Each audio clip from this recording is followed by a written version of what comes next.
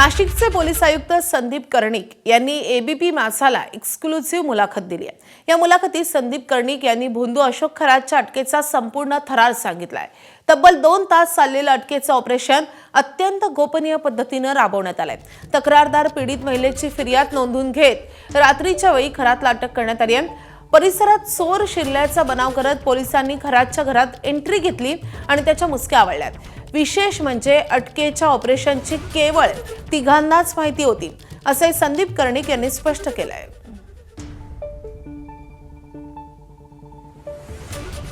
हे पूर्ण जे ऑपरेशन होतं ते अतिशय गोपनीयपणे राबवण्यात आलेलं होतं। कारण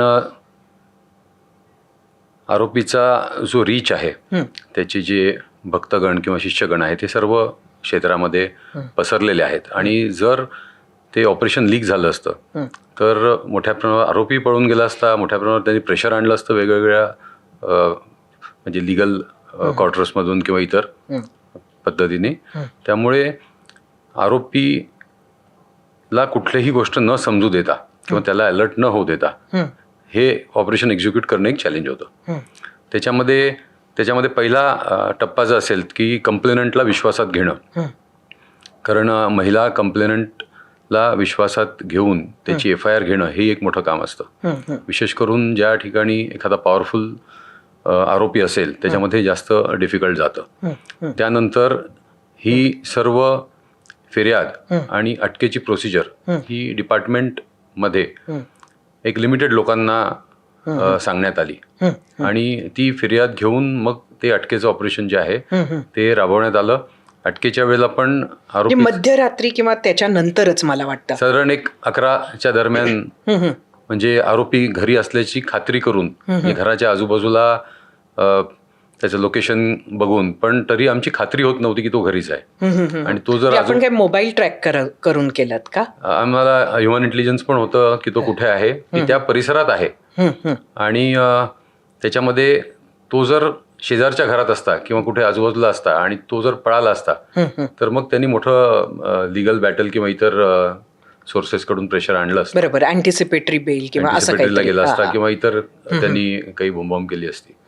तर त्याच्यामध्ये आमचे जे गुंडा स्क्वॉडचे अधिकारी होते ते आणि त्यांचा जो अंमलदार होते, स्टाफ होते, हे त्या ठिकाणी चोर आल्याची त्यांनी अफवा पसरवली की या परिसरामध्ये चोर आहेत आलेले आणि ते घरात घुसलेले आहेत आणि त्याच्यासाठी ते चेक करायला म्हणून त्या घरात गेले की आपल्या घरात चोर आले तर आपल्याकडे तर कोणी आलं नाही ना, तुमची सेफ्टी काय आहे। आणि मग त्यांनी ती सगळ्या रूम्स तपासल्या तर त्यातल्या एका रूममध्ये आरोपी आम्हाला मिळाला आणि मग तो ताब्यात घेऊन तात्काळ तो पोलीस स्टेशनला आणून अटक वगैरे सर्व कारवाई करण्यात आली।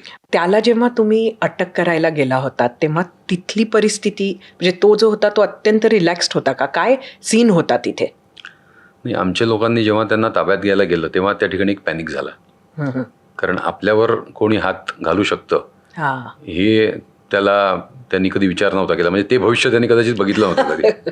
बरोबर। आणि त्याच्या घरच्यांना पण कदाचित माहिती असेल किंवा तो काय करत होता हे नसेल माहिती, तर त्यांचं एक म्हणजे एक शॉक जे आहे की अरे असं कसं होऊ शकतं।